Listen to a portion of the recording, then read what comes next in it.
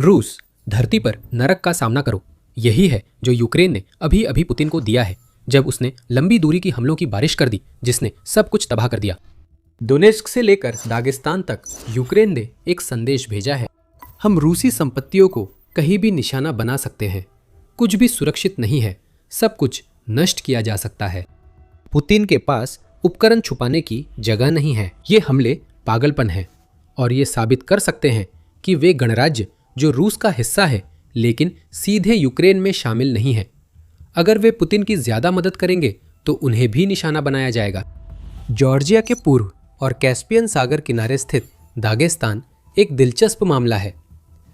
ये रूसी संघ का गणराज्य है, पर यूक्रेन ने इसे पारंपरिक रूप से निशाना नहीं बनाया। अब हथियारों या इच्छा की कमी मायने नहीं रखती, दागेस्तान पर हमला हो चुका है। दागेस्तान के एक बंदरगाह में रूसी मिसाइल कोरवेट को यूक्रेन के लंबी दूरी के हथियारों से निशाना बनाया गया। यूक्रेन की सेना के जनरल स्टाफ ने टेलीग्राम पर जानकारी दी। रिपोर्ट के मुताबिक कास्पियस बेस क्षेत्र में प्रोजेक्ट 22,800 का कराकूट बहुउद्देशीय छोटा मिसाइल जहाज जो कैलिबर क्रूज मिसाइल दाग सकता है पर हमला हुआ। जनरल स्टाफ ने हमले की ज्यादा जानकारी नहीं दी। हमें नहीं पता यूक्रेन ने कौन सा हथियार इस्तेमाल किया, लेकिन नेपच्यून या फ्लेमिंगो जैसा लंबी दूरी का ड्रोन मिसाइल हाइब्रिड सबसे संभावित विकल्प लगता है। लेकिन साफ तौर पर यूक्रेन को इससे ज्यादा कुछ कहने की जरूरत नहीं थी। रूस को बस यह दिखाना था कि जहाज पर हमला हुआ है और पुतिन इसे नकार न सके। इसके लिए यूक्रेन के ड्रोनों द्वारा जहाज के पास पहुंचते समय ली गई तस्वीरें दिखाई गई। यूक्रेन कुछ भी उजागर नहीं कर रहा है, यह समझदारी है। लेकिन इससे भी ज्यादा समझदारी की बात यह है कि यूक्रेन ने एक मिसाइल कोरवेट को तबाह कर दिया है जो काला सागर बेड़े का हिस्सा नहीं है, जिसे यूक्रेन ने युद्ध के दौरान सबसे ज्यादा नुकसान पहुंचाया है। लेकिन ये रूस के लिए भी उतना ही महत्वपूर्ण है, क्योंकि ये एक युद्धपोत है जिसे पुतिन ने सोचा था कि वो यूक्रेन के हथियारों की पहुंच से बाहर है। प्रोजेक्ट 22,800 कराकुट रूस के लिए अहम जहाज वर्ग है। डिफेंस एक्सप्रेस के अनुसार इस प्रकार के जहाज बहुउद्देशीय कार्वेट्स हैं जो अन्य चीजों के अलावा कैलिबर क्रूज मिसाइलें लॉन्च करने में सक्षम हैं, जिनका रूस ने युद्ध के अधिकांश समय यूक्रेनी शहरों को नुकसान पहुंचाने के लिए इस्तेमाल किया है। रूसी समाचार एजेंसी टास के अनुसार कराकूट क्लास रूस के सबसे आधुनिक युद्धपोतों में से एक है। रूस रक्षा मंत्रालय ने 2015 में पहले 7 जहाजों के निर्माण का अनुबंध साइन किया था और सोचा था कुछ खास मिलेगा। टास के मुताबिक हर कराकूट में यूनिवर्सल लेवल फायरिंग सिस्टम है, जिसमें 8 वर्टिकल लॉन्च सेल्स होते हैं जो कैलिबर और ओनिक्स क्रूज मिसाइलें दाग सकते हैं। हर जहाज पर पैंटसीर एम एयर डिफेंस सिस्टम है, पर वो ज्यादा कारगर नहीं रहा, है ना रूस। इसके अलावा कराकूट में portable anti aircraft missile system और कई 76.2 मिमी गन माउंट्स होते हैं, जिनसे हवाई जहाज, मिसाइल और ड्रोन गिराए जा सकते हैं। हम ये सब इसलिए बता रहे हैं क्योंकि दागेस्तान में जिस कराकूट क्लास जहाज पर यूक्रेन ने हमला किया वह बिल्कुल भी रक्षाहीन नहीं था। असल में उल्टा था, क्योंकि उसमें एयर डिफेंस सिस्टम थे जो यूक्रेन के हमले रोक सकते थे। जहाज बंदरगाह में था या नहीं, इससे फर्क नहीं पड़ता। रूस के नाविक रक्षा प्रणाली न चलाए, फिर भी जहाज या आसपास के रडारों को यूक्रेन के ड्रोन दिखने चाहिए थे। यह पुतिन के लिए कई तरह से अपमान है। यूक्रेन के ड्रोन अपनी सीमाओं से बहुत दूर कैस्पियन सागर क्षेत्र तक पहुंचने में सफल रहे हैं, जहां वे दागेस्तान तक पहुंच गए। इन्हें बहुत पहले ही रोक लिया जाना चाहिए था, लेकिन ऐसा नहीं हुआ। रूस की रडार प्रणालियों को उन ड्रोन को जहाज तक पहुंचने से पहले ही पकड़ना चाहिए था, लेकिन रूस फिर असफल रहा। और फिर रूस के मिसाइल कार्वेट की वायु रक्षा प्रणालियां, अगर वे सक्रिय हुई भी थी, कुछ भी नहीं मार सकी, जिससे असफलता और बढ़ गई। इनमें से कुछ भी होने की उम्मीद नहीं थी, लेकिन यह हुआ, और इसके परिणाम रूस के लिए सिर्फ यूक्रेन द्वारा अपने ड्रोन से एक और युद्धपोत पर हमला करने से कहीं आगे तक जाते हैं। यूक्रेन ने कहा कि युद्धपोत को हुए नुकसान का आकलन अभी भी किया जा रहा है। अगर मान ले कि यूक्रेन ने इतना जबरदस्त हमला किया है कि जहाज को सेवा से बाहर कर दिया गया है, तो इसका मतलब यह भी है कि रूस की कैलिबर क्रूज मिसाइलों का इस्तेमाल कर यूक्रेनी क्षेत्र पर हवाई हमले करने की क्षमता भी कम हो गई है। यह बड़ी बात है। कैलिबर मिसाइल यूक्रेन के लिए लंबे समय से खतरा है। मिसाइल डिफेंस एडवोकेसी अलायंस की रिपोर्ट के मुताबिक ये क्रूज मिसाइलें 1500 से 2500 किलोमीटर दूर तक जमीन व समुद्र से लॉन्च हो सकती है। इनमें 450 किलोग्राम वजनी पारंपरिक वारहेड होता है और रिपोर्ट्स के अनुसार यह परमाणु क्षमता से भी लैस हो सकती है। यूक्रेन के लिए ये समस्या है कि कैलिबर मिसाइलें कई बार उस पर हमले कर चुकी हैं और नवंबर 2024 से ही प्रावदा ने काला सागर से इनके लॉन्च की रिपोर्ट दी थी। चिंता की बात यह है कि इनमें परमाणु वारहेड भी हो सकता है। इसका मनोवैज्ञानिक प्रभाव कितना गहरा हो सकता है, इसे कम मत आकिए। पुतिन अप्रत्याशित है और परमाणु धमकियों में नहीं हिचकते।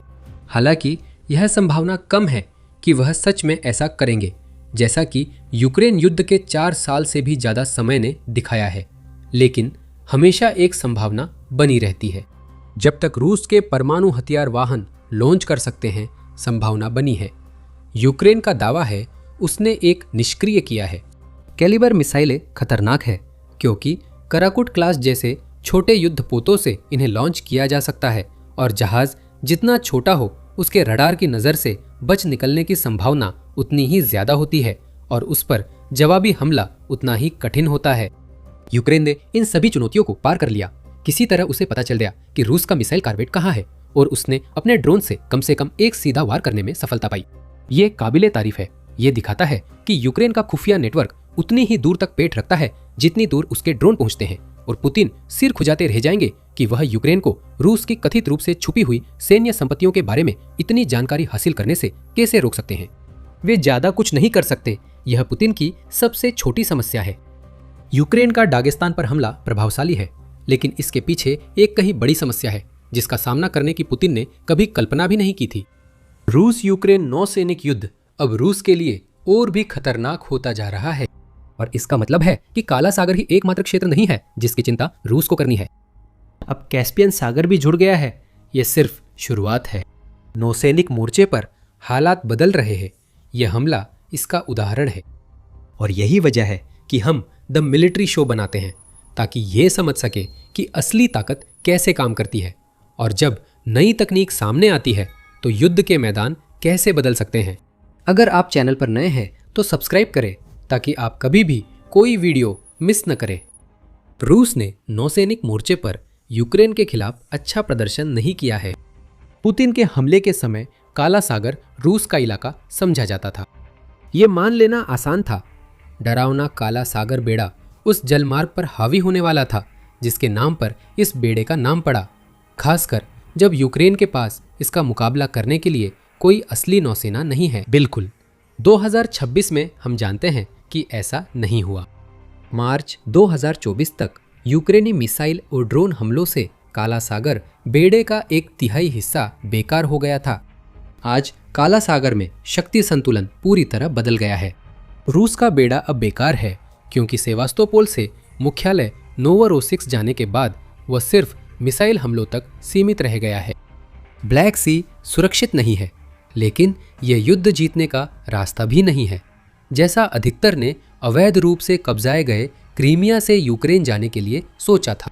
फिर भी पुतिन ब्लैक सी में शक्ति खोने का सामना कर सकते थे। यह आदर्श स्थिति नहीं थी, लेकिन रूस अब भी अन्य रास्तों से यूक्रेन में बड़ी संख्या में सैनिकों और उपकरणों को भेज सकता है। ब्लैक सी फ्लीट को नुकसान के बावजूद पुतिन को भरोसा था कि यूक्रेन ब्लैक सी के बाहर जहाजों पर हमला नहीं करेगा। अब ये सब बदल रहा है, जो पुतिन के लिए बड़ी समस्या है। यूक्रेन ने निश्चित रूप से ब्लैक सी को नहीं बुलाया है। दागेस्तान में ड्रोन उड़ने से कुछ दिन पहले यूक्रेन ने नोवोरोसिस्क में शेडो फ्लीट के 2 टैंकरों पर हमला कर पुतिन को दिखाया कि कभी ताकतवर रही ब्लैक सी फ्लीट की अब ब्लैक सी में कोई हैसियत नहीं रही। पुतिन की मुख्य समस्या है कि यूक्रेन ने नौसैनिक अभियान का दायरा बढ़ा दिया है, जो अब सिर्फ एक समुद्री क्षेत्र तक सीमित नहीं है। कैस्पियन सागर में रूसी मिसाइल कार्वेट को नष्ट करना इसका सबूत है, लेकिन यह यूक्रेन की बदलती नौसैनिक रणनीति का एकमात्र उदाहरण बिल्कुल नहीं है। पिछले 6 महीनों में यूक्रेन ने रूसी युद्धपोतों और शैडो फ्लीट टैंकरों को लंबी दूरी से नष्ट किया है। दिसंबर में यूक्रेन ने भूमध्य सागर में पहली बार एक रूसी टैंकर पर हमला कर केंडिल को गंभीर नुकसान पहुंचाया। यह हमला यूक्रेन से 2000 किलोमीटर से ज्यादा दूर हुआ। मार्च में रूस ने यूक्रेनी ड्रोन पर भूमध्य सागर में द्रवीकृत प्राकृतिक गैस टैंकर डुबोने का आरोप लगाया। आर्कटिक मेटागैस को लीबिया और माल्टा के बीच कहीं पर निशाना बनाया गया था और अफवाहें हैं कि यूक्रेन ने लीबिया में कई ठिकाने बना लिए हैं जिससे वह पुतिन की अपने शैडो फ्लीट के जहाज़ों की सुरक्षित आवाजाही के लिए भूमध्य सागर का इस्तेमाल करने की कोशिशों का मुकाबला कर सके। 3 मई को यूक्रेनी हवाई हमले में रूस का काराकुक मिसाइल जहाज, एक गश्ती नौका और शैडो फ्लीट टैंकर लेनिनग्राद के प्रीमोर्स्क बंदरगाह पर निशाना बने।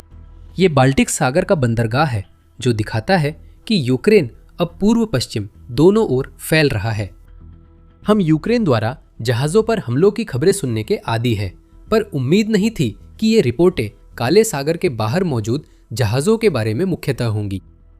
पुतिन को भी इसकी उम्मीद नहीं थी और वो निश्चित रूप से इस बात को स्वीकार नहीं कर पा रहे हैं कि यूक्रेन अब एक लंबी दूरी की ताकत बन चुका है जो रूसी जहाज़ों को युद्ध के मैदान से 2000 किलोमीटर के भीतर और कभी कभी उससे भी दूर कहीं भी निशाना बना सकता है, उस युद्ध से जो उन्होंने शुरू किया था।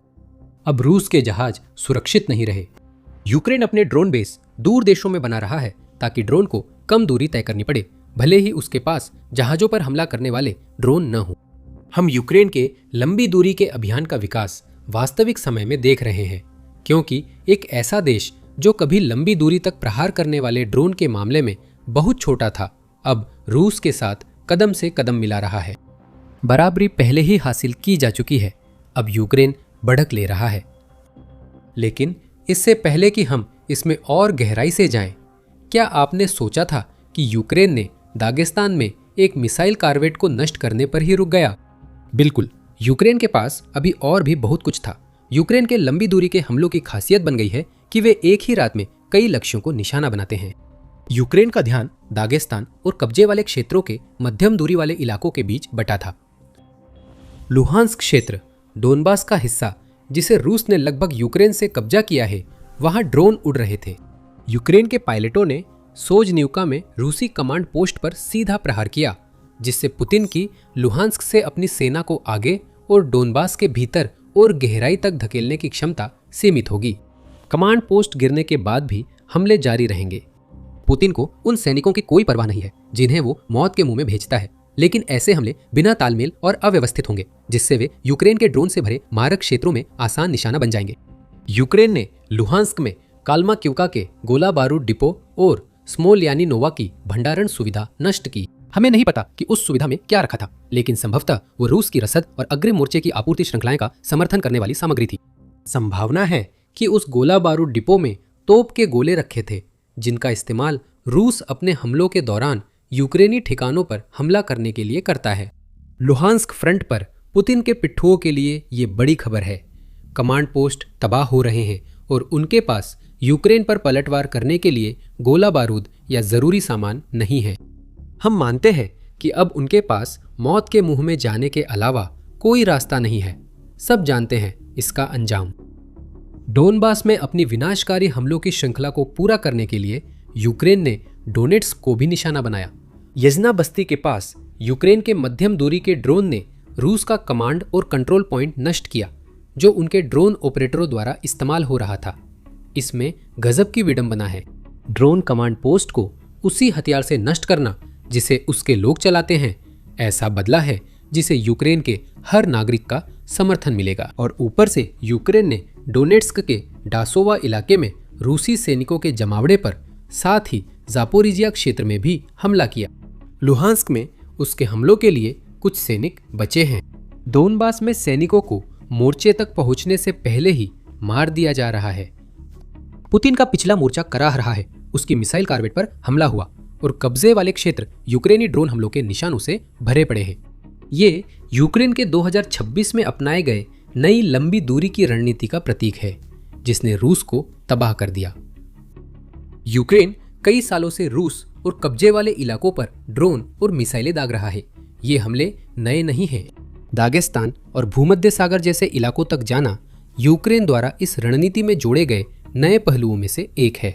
इसे उस जबरदस्त मात्रा ने और बढ़ा दिया है जिसे 2026 तक सिर्फ रूस ही कर सकता था।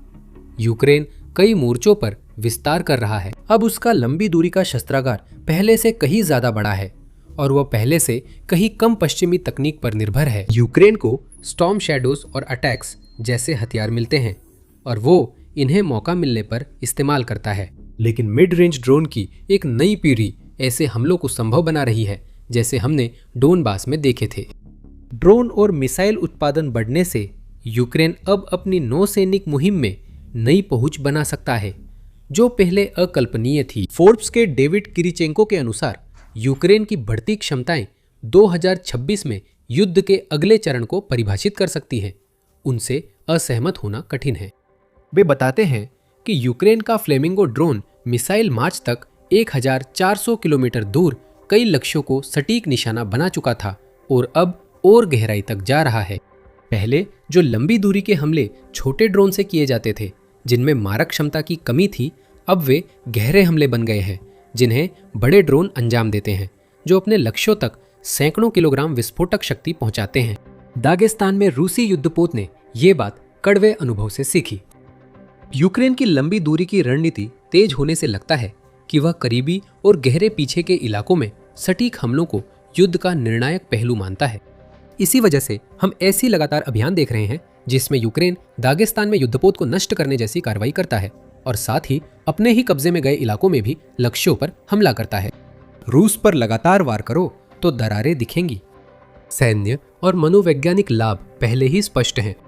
दूसरे मामले में पुतिन यूक्रेन के ड्रोन और उनकी संभावनाओं से इतने डरे हुए थे कि उन्होंने रूस की 9 मई की विजय परेड को इस हद तक सीमित कर दिया कि मॉस्को के रेड स्क्वायर में होने वाली परेड में कोई सैन्य उपकरण शामिल नहीं था। पुतिन ने युद्ध विराम की भी भीख मांगी जो अपने आप में यूक्रेन की इस क्षमता को स्वीकार करना था कि वह रूस के अंदर लगभग किसी भी लक्ष्य और मातृभूमि के बाहर भी कई लक्ष्यों पर जब चाहे तब हमला कर सकता है।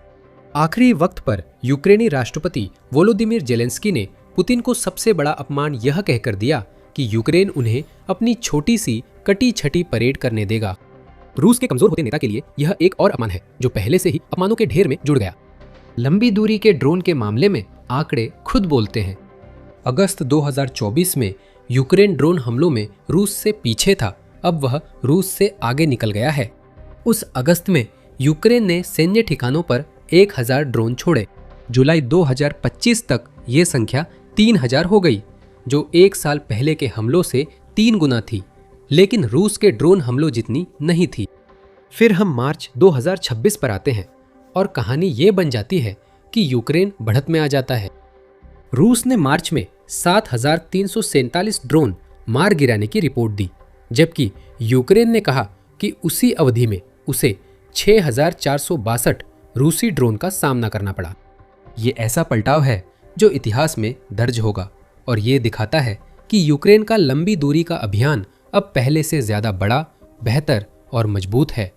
अब दागिस्तान से डोनेट्स्क तक यूक्रेन के ड्रोन उड़ रहे हैं और सिर्फ इतना ही नहीं कि वे उड़ रहे हैं, वे अपने लक्ष्यों को भी भेद रहे हैं। पुतिन इस बात से डरे हैं, इसका सबूत 9 मई की विजय परेड है। और आप यह भी कह सकते हैं कि यूक्रेन द्वारा दागिस्तान में एक मिसाइल कॉर्वेट को नष्ट करना ये बस यूक्रेन का तरीका था रूस के नेता को यह बताने का कि वह कभी भी उस परेड के दौरान आसानी से मॉस्को को निशाना बना सकता था। क्या पुतिन युद्ध विराम चाहते थे? अब वे युद्धपोत खो सकते हैं और उसकी जगह कब्जे वाले क्षेत्र पर लगातार हमले झेलने पड़ेंगे। यूक्रेन ने अब तक की सबसे अच्छी सुरक्षा गारंटी बनाई है। यूक्रेन ने दागिस्तान में कुछ सनसनीखेज कर दिखाया है और एक और रूसी युद्धपोत जलने के बाद पुतिन परेशान है कि यूक्रेन अब रूस की जरूरी चीजों को कहीं भी निशाना बना सकता है। यूक्रेन की तरफ से कोई सहानुभूति नहीं मिलेगी, बस और ड्रोन भेजे जाएंगे जब तक पुतिन को आखिरकार समझ ना आ जाए। और अपनी उन्नत गहरे प्रहार की रणनीति के कारण यूक्रेन पुतिन को जबरन अवैध रूप से रूस में मिलाए गए क्रीमिया प्रायद्वीप पर अपनी पकड़ ढीली करने के लिए मजबूर कर रहा है। हमलों की एक और लहर जिसने रडार ठिकानों से लेकर इस्कंदर मिसाइल अड्डों तक सब कुछ तबाह कर दिया, क्रीमिया के युद्ध क्षेत्र को नया रूप दे रही है। क्रीमिया को आज़ाद कराने के लिए जमीनी आक्रमण की भी जरूरत नहीं पड़ेगी और आप हमारे वीडियो को देखकर जान सकते हैं कि ऐसा क्यों है। अगर आपको ये वीडियो पसंद आया हो तो द मिलिट्री शो को सब्सक्राइब करना ना भूलें ताकि आप इस पर हमारी और रिपोर्टिंग देख सके कि यूक्रेन कैसे लगातार रूस के भीतरी इलाकों में गहराई तक वार करता है। और देखने के लिए धन्यवाद।